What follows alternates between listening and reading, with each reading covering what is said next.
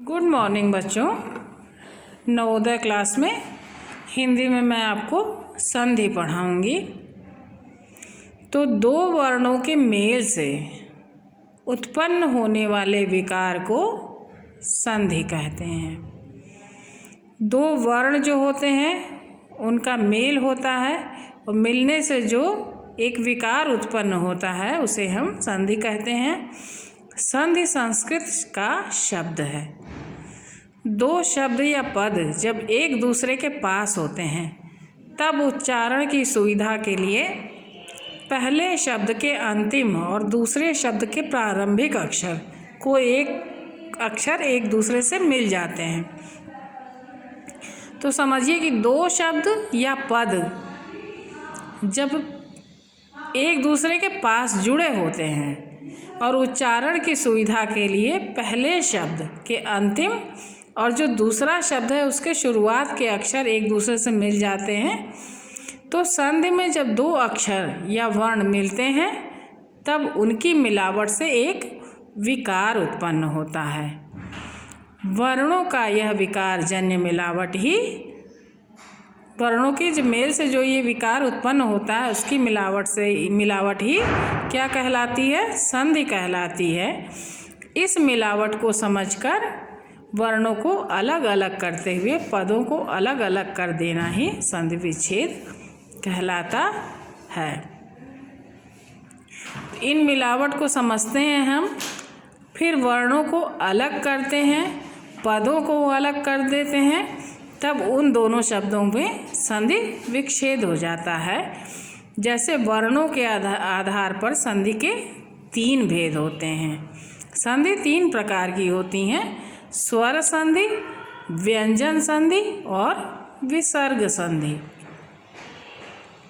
अब हम लोग पढ़ते हैं स्वर संधि। स्वर संधि दो स्वरों के मेल से उत्पन्न विकार को स्वर संधि कहते हैं, जहाँ पर दो स्वर मिल जाते हैं। अ इ ई आप लोग जानते हैं, तो दो स्वरों के मेल से उत्पन्न विकार को स्वर संधि कहते हैं। जैसे शिव, धन, आलय।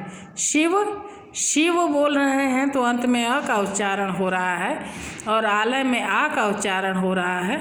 तो दोनों जब मिल जाते हैं तो अ में आ की मात्रा लग गई और आ हट गया, ये आ इधर जुड़ गया आपके, तो बन गया शिवालय। उसी प्रकार है विद्या, धन, अर्थी। अ धन अ मिलके बना है आ यहाँ पर। तो देखिए विद्या का आ, अर्थी का अ जब जुड़ गया तो बन गया आ विद्यार्थी। विद्या, धन, अर्थी, विद्या को चाहने वाला अर्थात विद्यार्थी। गिरि, धन, ईशः। छोटी ई बड़ी ई का मेल हुआ तो बन गई यहाँ पर बड़ी ई। गिरि, धन, ईशः बराबर गिरीशः। देव, धन, इंद्र, अधन ई बराबर ए, देवेंद्र। देव, धन, ईशा, देवेशः। महाधन, ऋषि, महर्षि। सदा, धन, एव, सदैव। आधन ए बराबर अय हो गया, सदैव। एक, धन, एक, अधन ए बराबर अय, एकैक। यदि, धन, अपि, यद्यपि। पितृधन आदेशः बराबर पित्रादेशः। पौ, धन, अन बराबर पामन। नय, धन, अक बराबर नायक आदि। व्यंजन संधि पे अब हम लोग आते हैं। व्यंजन से स्वर अथवा व्यंजन के मेल से उत्पन्न विकार को व्यंजन संधि कहते हैं।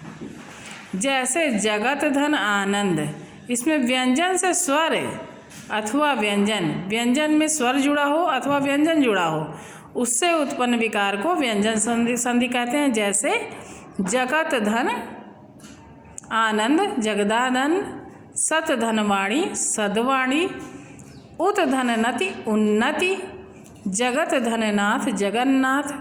सम, धन, गम, समागम, संगम। अहम, धनकार, अहंकार।